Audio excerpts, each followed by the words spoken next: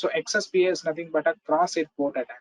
And one more thing, see, if you are doing a bug bounty or penetration testing, see, if you are finding a critical vulnerability, but you are telling like that, but you in a report, if you are sending like a normal thing, for example, if you find XSS stored XSS vulnerability, that is a high critical one. Okay, so stored XSS is a critical one, but if you are making a POs like alerting one means the client will not understand about that. Okay, yeah, it is alerting one. They doesn't know the severity. So if you're alerting the cookies means they get some other okay alerting cookies something. Okay, so that is why if you found any exploit, you show it has a high level POC. Okay, you show it like a high level vulnerabilities. Okay, see using this SSRF you can do XSPA. So XSPA is nothing but a cross-site port attack. Okay, XSPA is a cross-site port attack and blind SSRF also. That I'll tell you how this blind SSRF is working and everything. So first we can discuss about XSPA. So XSPA is nothing but cross-site port attack. Okay, so use if there is any website vulnerable to SSRF, you can do port scanning from the vulnerable server. For example, this testphp.vulnerable.com is a SSRF vulnerable site. You can use this testphp.vulnerable.com to make a port scanning for some other sites. Okay, so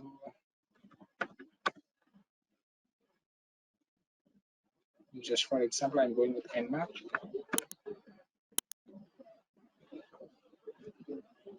So I can check with the same. Okay, so demo.testfire.net. Okay, see, I'm copying the URL and see what I'm doing is so here in this place itself, I'm just checking whether the port number 21 is open or not. I'm just making the mentioning the port number here and I'm sending the request. Okay, if it takes more than issue time, then this port number 21 is not open. Now you have the question, why we can use like this? Why not we can directly go with the nmap from our system and scanning against the demo.testfire.net means yes, that also possible. But if you are doing nmap scan without any permission, also illegal. Okay, so for example, if you're doing nmap scan without proper consent from the site, if you are doing even nmap scan also illegal, they can able to take action against you. Okay, so that is why even if you found any website vulnerable to SSRF, you can use that to scan the ports also. So for that, we have to mention each and every port. So for example, here I'm mentioning the port number 80. Yes, port number 80 is already opening because this is a site running on HTTP. So wait, once if it takes, you can give the port number here, and from the response, if it comes, okay, so okay, I'm just sending this port number 21. So just for example, I'm doing basic nmap scan, nmap demo.testfire.net. See, without proper consent, if you are doing nmap also illegal, so you can do everything in our own risk. This is a general thing only, but you can do using that. Okay, see, for example, and the port number 8080 is open here. So I'm mentioning the port number 8080. So you can see that. So wait for the response. Okay, some time.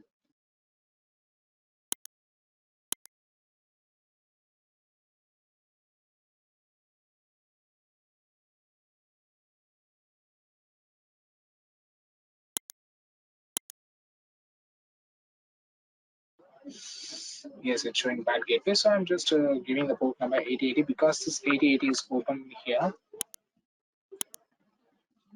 Yes, so for 8080 it's showing opening. So which means, so here the port number 8080 is open. Okay, so if you want to check whether some default ports are opening or not, means you can give the port number. If the response will come like this, yes, here there is a port is open. So if you give any unusual port, means it will not open. So I'm giving 8443 because HTTP alt also open here. Yes. Okay. Failed to open, but it's sending the request. We found this is this site, this port is open. Okay. We confirm this port is open. Okay. So this is actually SSRF, guys. Okay. So I'm just showing you some POCs in here. SSRF.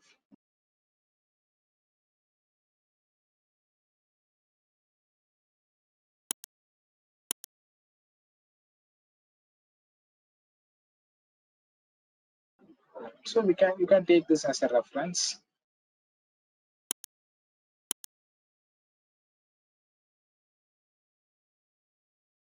So see, there is somebody find SSRF in search.gov.gov. You are parameter. Yes, you can completely read what they're doing here and everything. And this application leads to AWS private key disclosure. Yes, it's good. Okay, so this SSRF leads to private AWS key disclosure and Ghost CMS. So SSRF in login page using fetch API expose victim IP address to attacker control server. That's amazing. So these are all the possibilities you can do with SSR. Okay, you can completely read out what they are doing here. So because if we are reading now, it takes some time. Okay, so you can read everything. You can take this hacker one and bug code as your reference. Okay, you can learn from that because even if I want to learn some about any vulnerabilities, means I use this site for a reference because this hacker one and bug code are using in a real time scenario. Okay, so you can just move.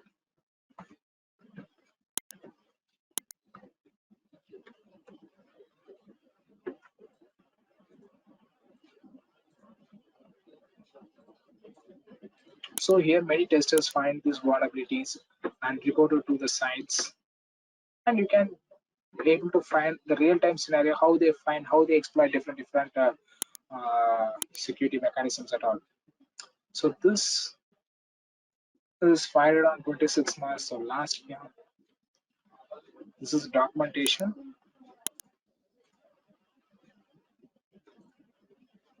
Okay, so you can read from here how this tester find SSRF vulnerability in the sites at all. Okay, so I hope you are clear with this. And next, we are going to see about server-side template injection. So once after server-side template injection, we take some break and finally we see about unrestricted file upload vulnerability. So for performing server-side template injection, you need to run the XAMPP server in your machine because we are going to install another vulnerable machine. Okay, so already we installed the vulnerable machine bbox. So now you need to install another vulnerable machine. So I'm just going with next cabin because here I have already installed. I will show you how to install those machines at all.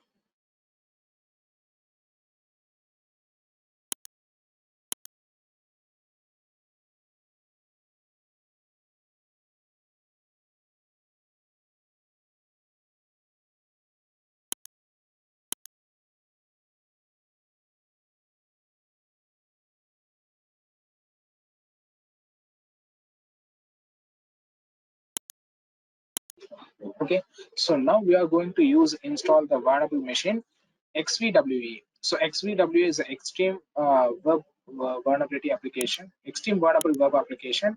So you can download from GitHub repository. Okay, XVWE GitHub. Okay, so this extreme web application will available on GitHub. But if you host this in your local Apache server, it is not working good because it need a database support. Okay, because if you want to install this XVWA, you need a database support. For a database support server, you can download XAMPP server. I guess you are having experience in XAMPP server. So once again, if you don't have an idea, you can watch it now. Okay, so I'm downloading this XAMPP server. This you can give XAMPP download and the very first link. Okay, apachefriends.org. So you can go to the site apachefriends.org. So this XAMPP server has integrated with Apache server and SQL server and some other thing also. Okay, you can download for Linux. So yes, here I'm downloading this updated version, making save. Yes, that's all. So please wait for some minute. It's downloading the file. So once after downloading, I tell you how to install this XAMPP server in your Kali machine and how you can import this file into your XAMPP server also.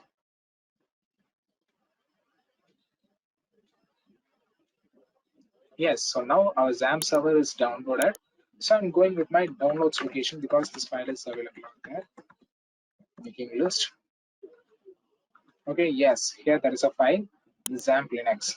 So first we can give executable permission to this file. So chmod x plus x and You can give the file name. Yes, now this file name got executable permission.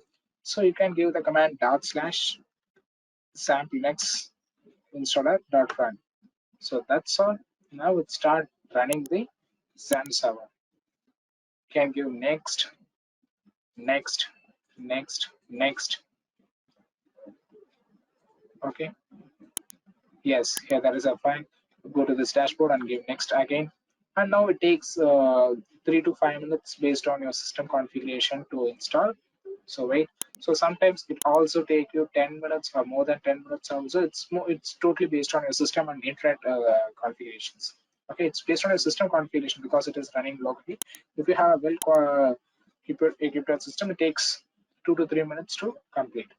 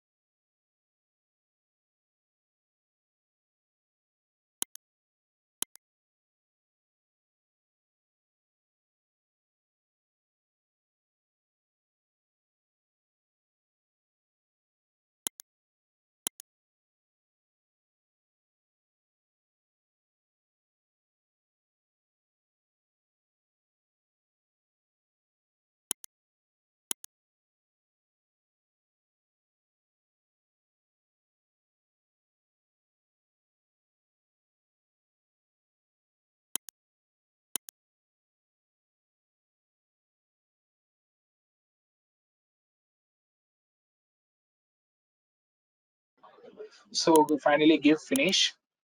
Yes, that's all. Okay. So here there is a server. You can go to manage server. Okay.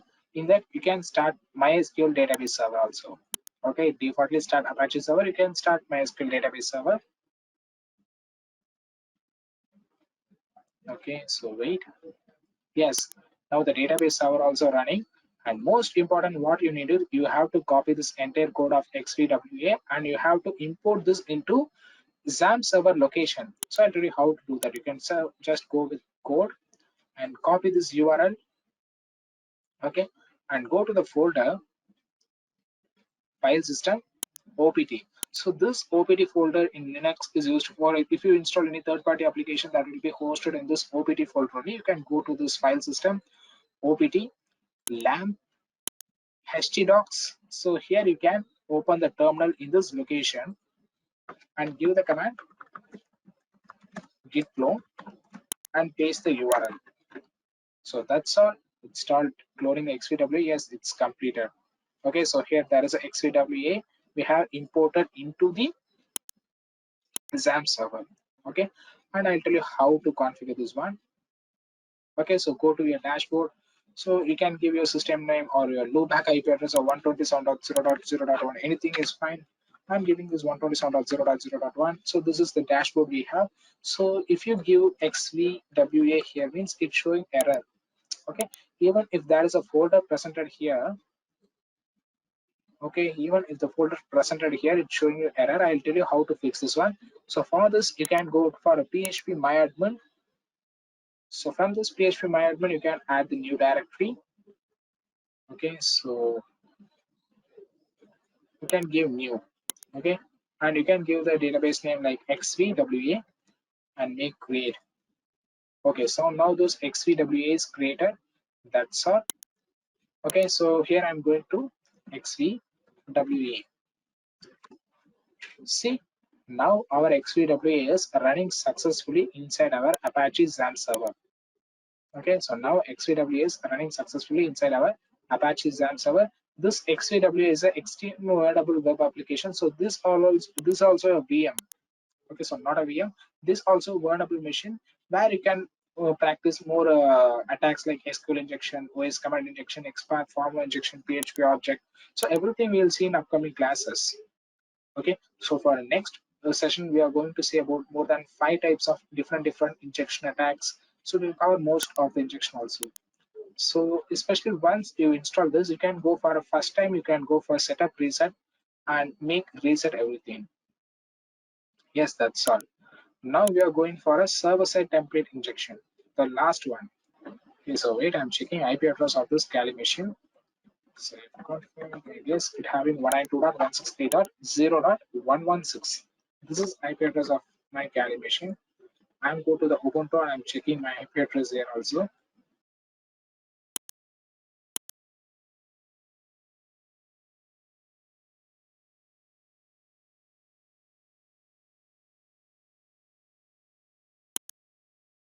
So this Ubuntu machine having the IP address of 192.168.0.122.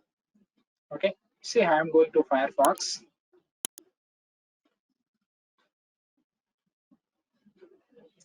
So it takes some time.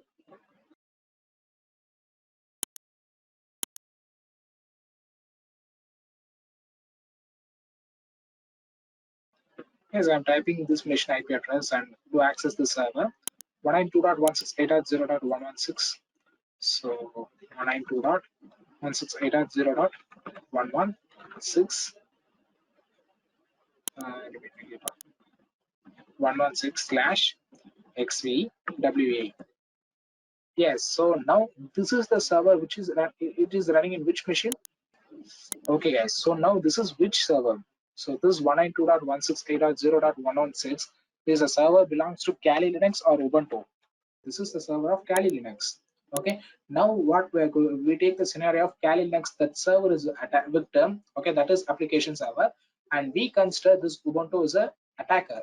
Okay, so Kali Linux, that server is a vulnerable application, and we consider this Ubuntu as a victim. And how we can utilize this server-side template injection to take the complete entire machine remote code execution access. Okay, so first what I am doing is I'm checking whether this Ubuntu machine have the netcat or not. So which can see, yes, it having a netcat. Okay, so yes, I'm going to the server-side template injection. So first of all, I'll tell you what is server-side template injection, where you can find this one. So generally, when you are getting some mails, in along with the mail, you can able to find some templates. Okay, so for example, if you're using your domain mail in your signature or something where you can find some templates at all. Okay, how generally these templates are working? It is based on the template engines. Okay, there is a backend template engines are there. That template engines only actuate the templates. Okay, so that is how you can see templates in your mail. Okay, so when you're receiving a mail, you can able to find some templates. And even there is the very unusual thing in a server-side template injection is if they are processing any if they are getting input from any templates, okay, then it is possible for template injections. Okay, so for example, if you get any mail, and in that mail if you found any templates, means you can go to the templates, and if there is any connections of input processing by the template, you can exploit this server-side template injection from that place. Okay, and there are many template engines are there like Twig, Jinga, and Pebbles, and many template engines are there. The real task is to find what template engine they are using in a backend. So this is a vulnerable set, and they are giving a hint like they are using a Twig template engine. But in real time, you need to find everything manually. So for that, what you need to do is you can go for the payload, all the things.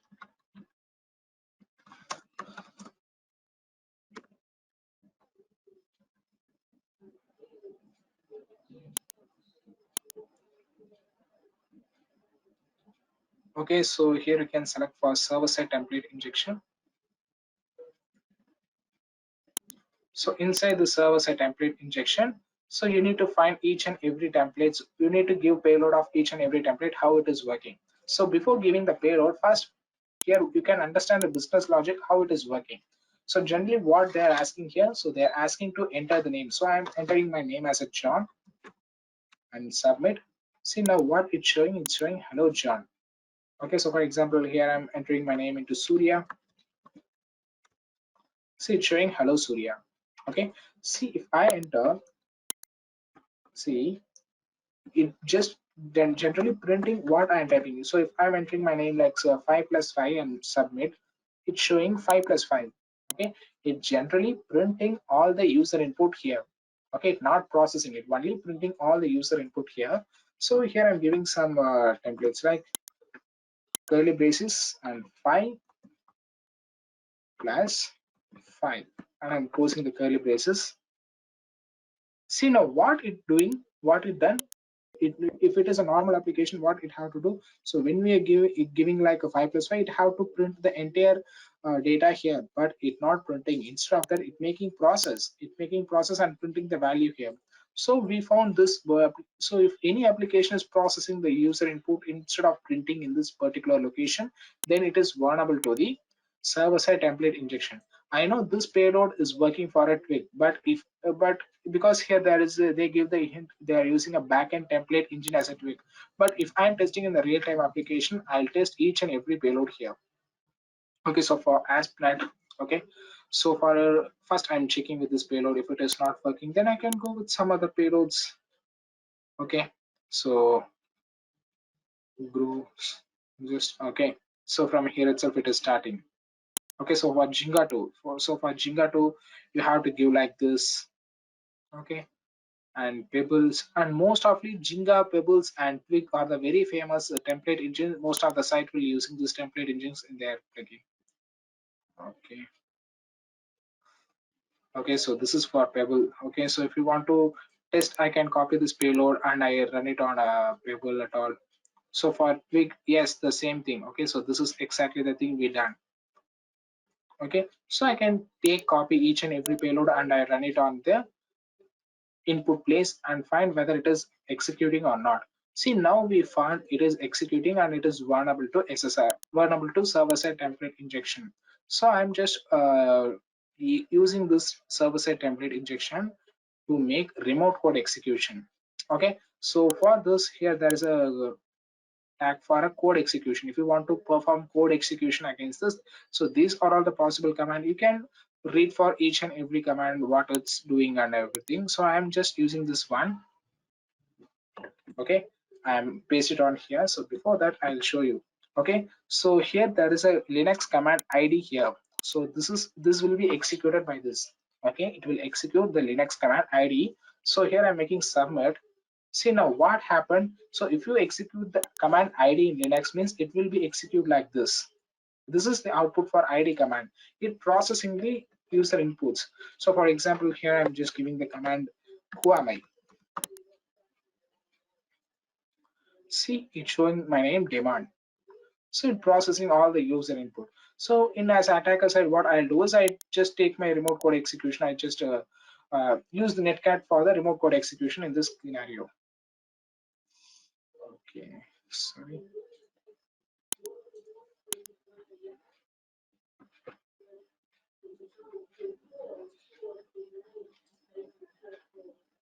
Okay, so I'm just pasting this command. So instead of this ID, I'm starting my netcat service. Okay, so I'm checking my IP address, IPA. So here I'm having the IP address of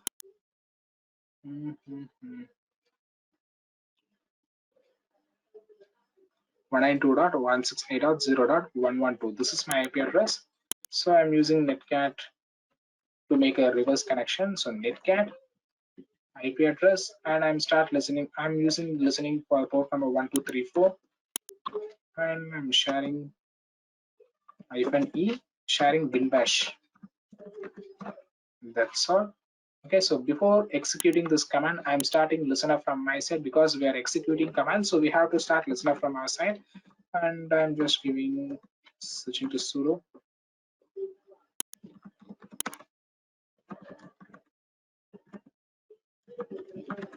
Okay, so netcat listen verbose port. In last day, if we have a time, end of the session, if we have a time, I'll teach you about the Metasploit framework and netcat and something more than that also. Okay, and I'm listening on the port number 1234. Okay, so that's a temporary failure listening resolution.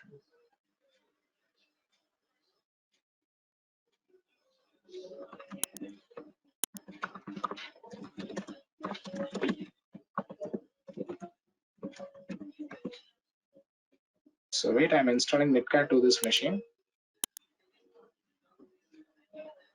and also I'm installing the ncat. So ncat is nothing but nmap plus netcat. So this is the some additional updated than netcat. Yes, it is running. Yes, so now I'm starting listener from my side. Okay, so that's all. Here I'm copying this payload and I'm going to the website. Okay, see here I'm giving this command and making execute. See, now this it is loading on. I'm going to my terminal. See here you can able to see the message connection received from attacker IP address. Okay, so we got the attacker machine access. I'm giving ls command. See, it's showing everything. Okay, we get the access of attacker machine. I'm giving the command of ifconfig. See, this is the IP address of which machine? Victim machine. Okay, so this is IP address of victim Kali machine. Okay, see, even if you want to more clear, so I'm just giving the command syst python -c import pty. If you want to get a shell like this, I'll tell you what is shell. You call pty.span, and you can mention the shell, what kind of shell you need. I'm giving the shell bin bash. Okay, so I'll tell you what is shell. See, for example, here if you give, see, this ifconfig is our input. Okay, and these are all output. Here ls is input and these are the output. See, now all the input and output, everything will be look like same. So if you want to get a shell like this, for example, if I'm giving ls means you can able to make a differentiate between, see the difference between input and output clearly, but here everything will be look like same. If you want to shell like this, then you can execute this python module.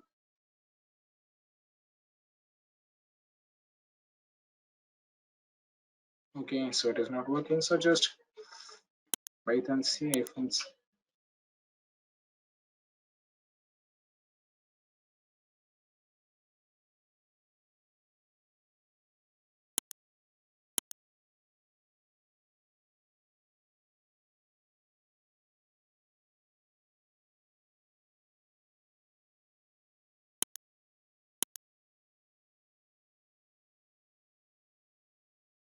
Yes, okay, so we got the shell finally.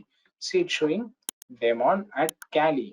Okay, so we got the Kali mission access. This is actually remote code execution. Okay, so we are the very low privilege user, so we doesn't have the privilege to get into the folder, but generally we get the victim server access. Okay, this is actually remote code execution. We perform this remote code execution using the server side template injection vulnerability.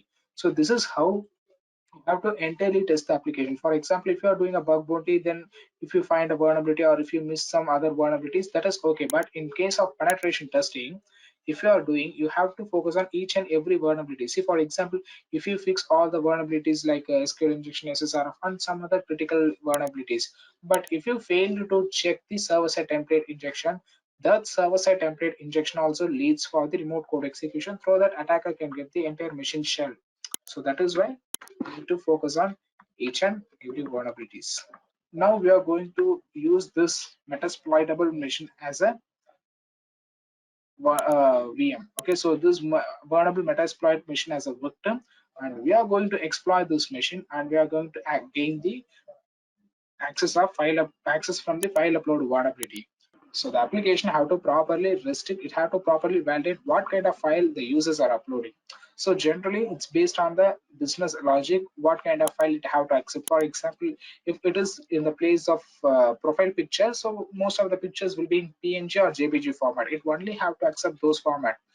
So for example, if there is any persons uploading exe file or PHP files into the server, it is not, it is totally unusual. Using those files, attacker can get a reversal from those systems. Okay, so that is where actually file upload vulnerability. We will see some steps how to bypass the file upload vulnerability functions as well. So here I am using this Metasploit framework, sorry, Metasploitable machine as a victim. So I'm the default user ID is MSF admin,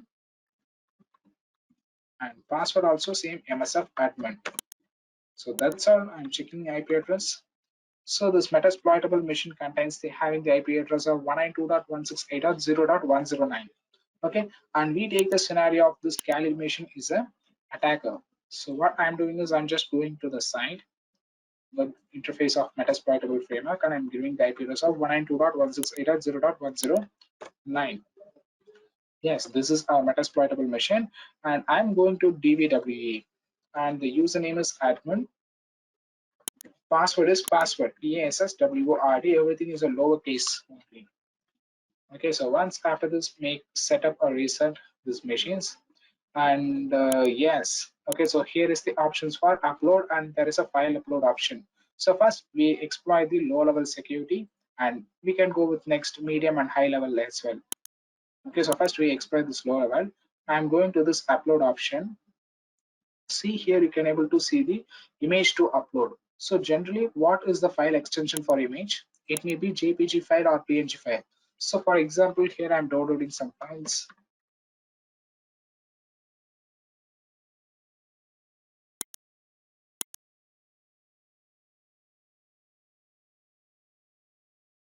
So it is some cute. So we take this image, save image as desktop.jpg. Okay, so first I try to upload this file into the server. Okay, so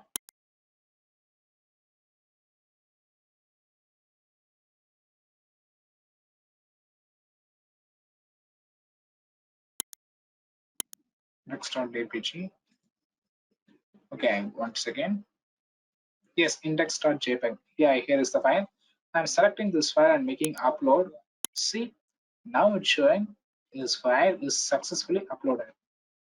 Okay, so now this file is successfully uploaded, and what I'm going to do is I'm going to check with some PHP file. So for example, I am creating a demo PHP file, so demo.php.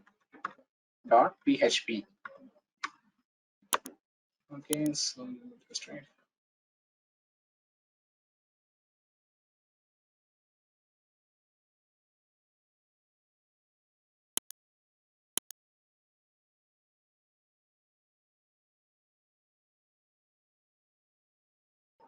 Okay, so let me try to upload this PHP file, demo.php.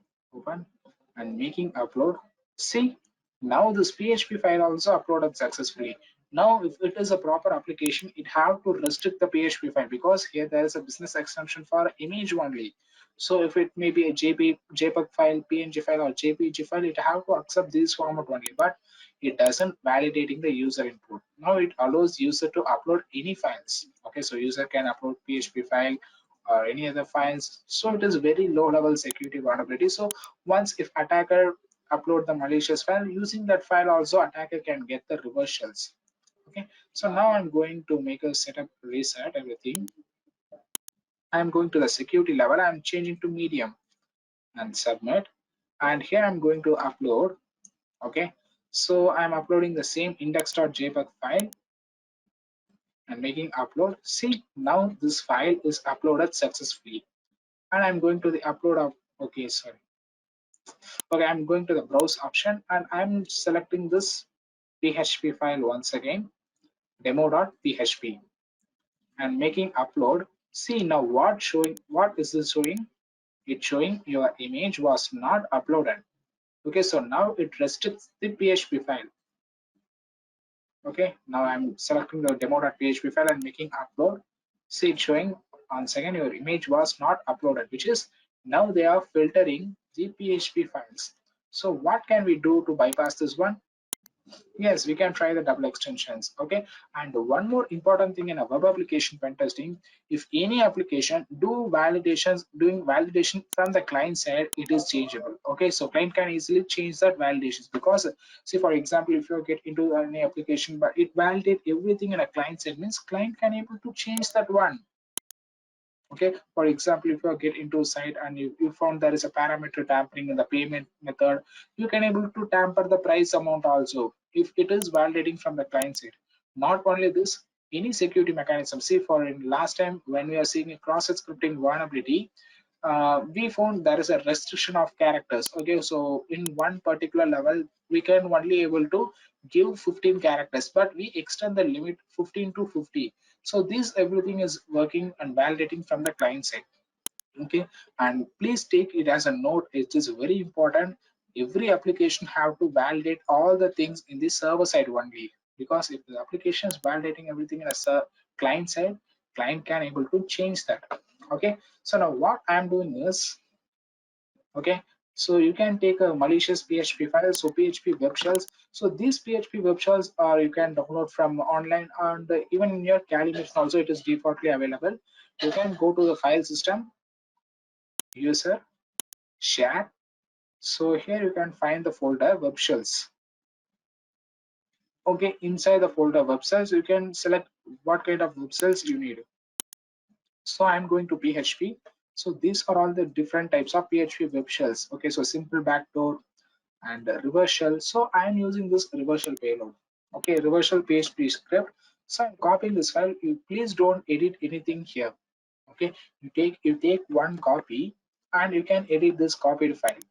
Okay, so now what you can do is you can open this file with mousepad and you need to change this IP address. Okay, it having and also it having the default port of 1234. If you want to change the port, you can change, else you can leave it to the default 1234.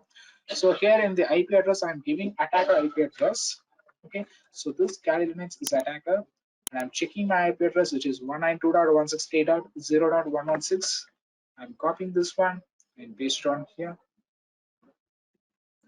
Okay, and okay, so we can go with the default 123 port itself. That's fine. And see,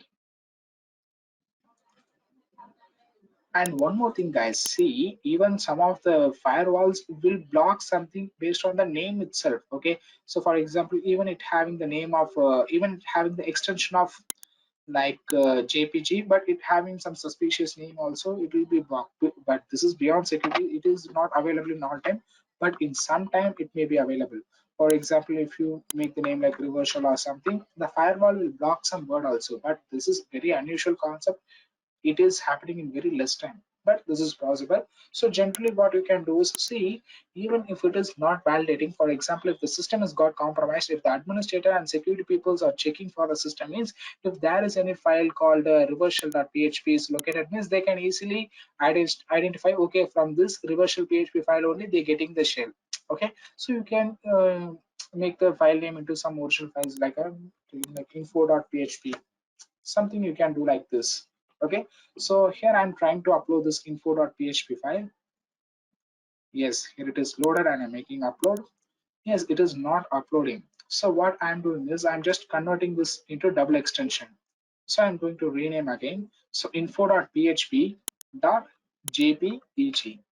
Okay, so it look like image. Okay, so here I'm making selecting this info.php.jpg file and making upload. See guys, now this file is successfully uploaded. Okay, now this file is successfully uploaded, but the task now this file has uploaded like a image file only. Okay, so now this file is uploaded as an image file only, not as a PHP file.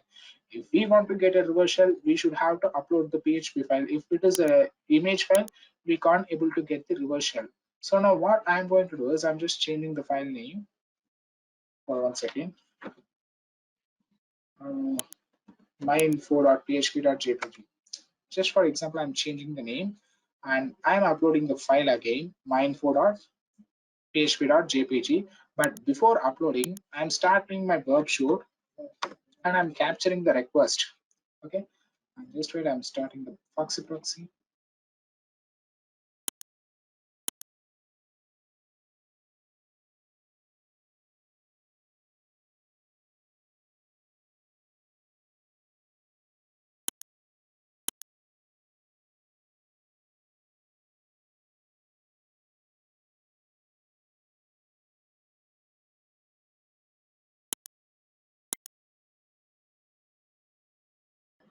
Okay, yes, it making intercept on, and I'm uploading this myinfo.php.jpg file. Okay, so yes, here there is a file is passing here. Okay, so in most of the time you can't able to find this because most of the request you maybe miss that one. You can make a search to utilize that. You can give the file name my info. That's all. Okay, so there's a one match and I'm checking the match. Yes, here is the file myinfo.php.jpg. Okay, so you can remove this jpeg. Now it look like php. Okay, and I'm making forward this request and intercept of. See, now this file is uploaded, but it is uploaded as which type of file? Uploaded as a PHP file. Now we can able to get shell of this file. Okay, so for getting shell of this file, first I'm starting listener from my side because we give attacker IP address for the reverse connection, and I'm starting I'm using Netcat for the listening verbose port, and we use the same default port 1234 because in the PHP file we doesn't change the port number. We go with the direct default 1234 port only. Here also I'm doing the 1234 port.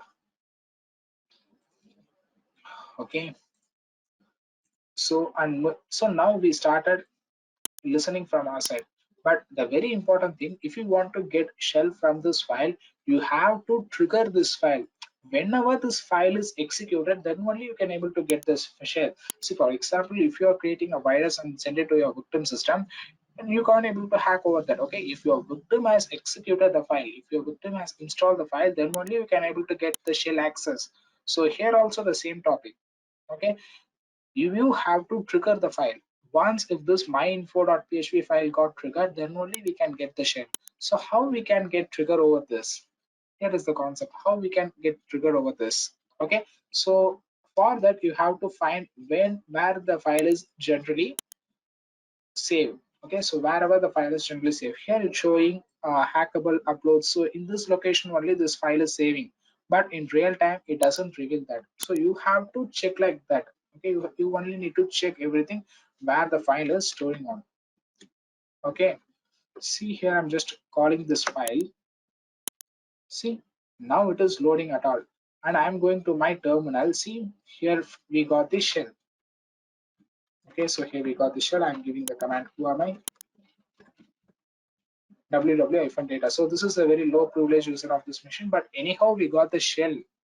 Okay, so I'm just giving /bin/bash. Okay, so python 2 -c import pty semicolon pty.span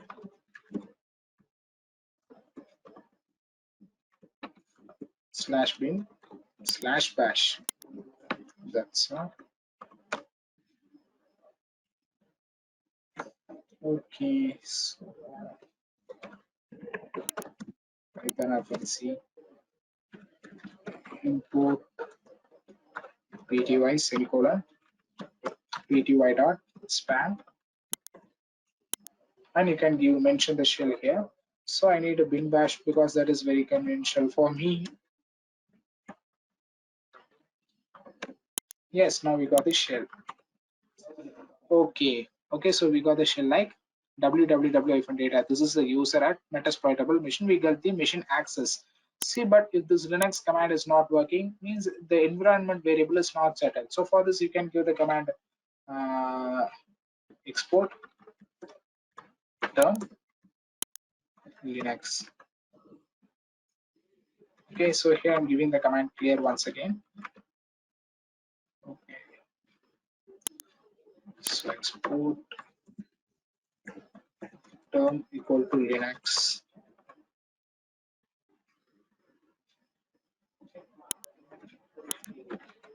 Yes, now it is working. You can give the command export space term capital equal to Linux. Now it will accept all the Linux terms and commands. Now we got the application shell. Okay, now we got the target machine shell using the file upload vulnerability. Okay, so these are all every checkpoints you need to focus, and I'm checking with one side. See, hackathon can test. So this is another application. So Now this, I guess this site is not working now, not available now.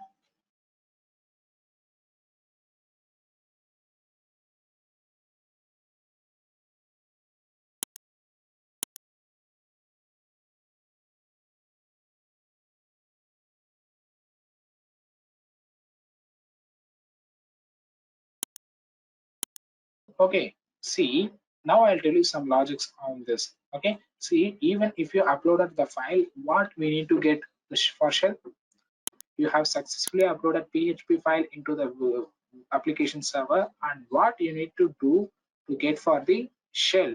If you want to get a shell, what you need to do, you have to trigger this file. Okay, you have to execute or run this file, then only you can able to get the shell. Okay, now what we did, we copy this location where this file is located in the server and call the file. So now whenever we calling the file, it gets triggered and start working.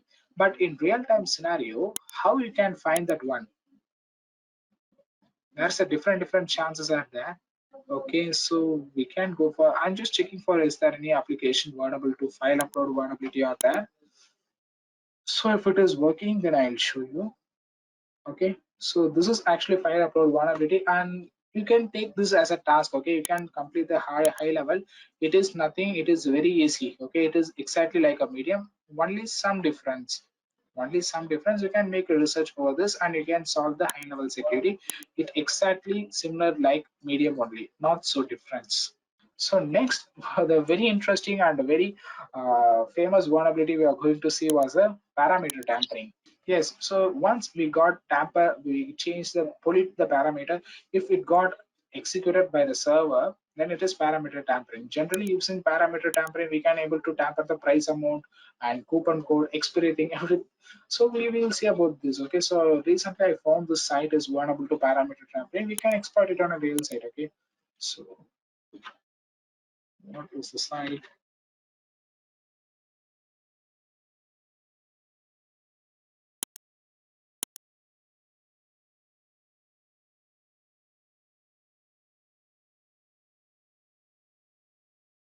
Yes, okay, so we can take the site for reference. This is actually a theme park in Chennai.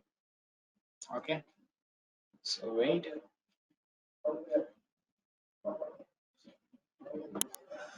Okay, so here we can check for the parameter tampering. There's option for login. See, if you test this site, you can able to find more vulnerabilities. You can just take testing over the site. Okay, so here I'm going with option of buy tickets. Okay, so here there is a ticket price for adult and child. I'm going to buy these tickets. Okay, so here I'm asking the name. So I'm giving my name as a John and phone number 9876543210 and email. I'm giving John email.com.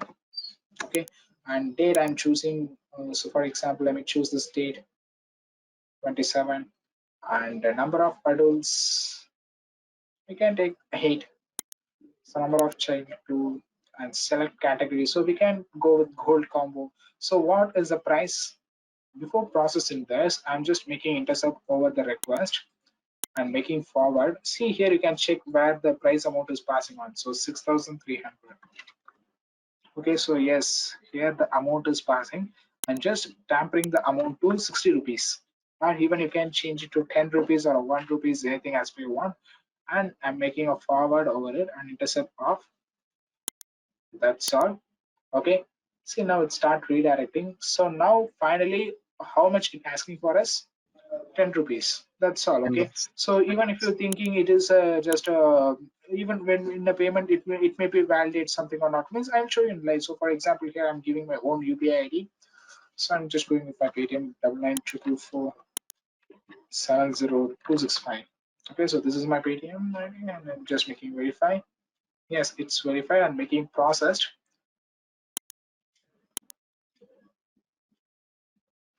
Yes, now I got the balance of price amount of 10 rupees from my Paytm. If I pay 10 rupees, I can book ticket for all the 8 adults and 2 childs. Okay, just wait, I'll share my screen. Else, I'll just show you the screenshot. So this is actually parameter tampering. It is really simple to find and it is really extreme dangerous one.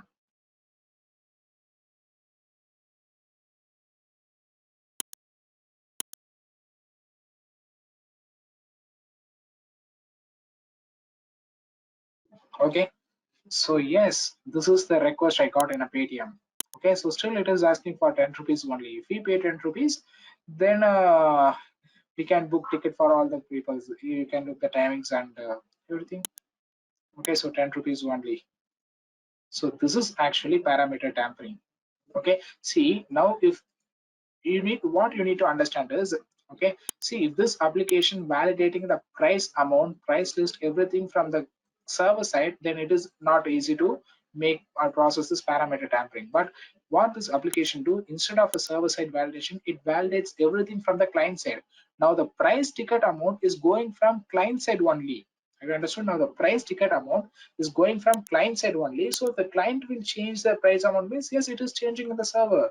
So that is why we can order ticket in 10 rupees. Even you can order it on 1 rupees. And I'll give you one hint. So the same parameter tampering is available in famous earphone company website. Okay, you can check the site or you can find what site it is. But it is, I guess, last 2 months ago we found that a vulnerability. Generally, my personal experience, if I found any bug means I'm not report to the server. I'm not guiding you. I'm not misleading or guiding you to do the same. Okay, so my policy, I find the bug. Okay, I like to find exploit the bugs, but not so in reporting. So last 2 months ago, sorry. So 2 months ago, we found there is a one famous airphone and watch company. In that site also, there is a parameter tampering vulnerability in the payment method also. But and if you purchase the tickets or order the products using a parameter tampering, I'm not responsible for the next the issues what you're facing. So I'm also very clear with this. Okay, you can, if you want to do anything, you can do it on your own risk. Okay, I'm not responsible for anything. So that is from my side.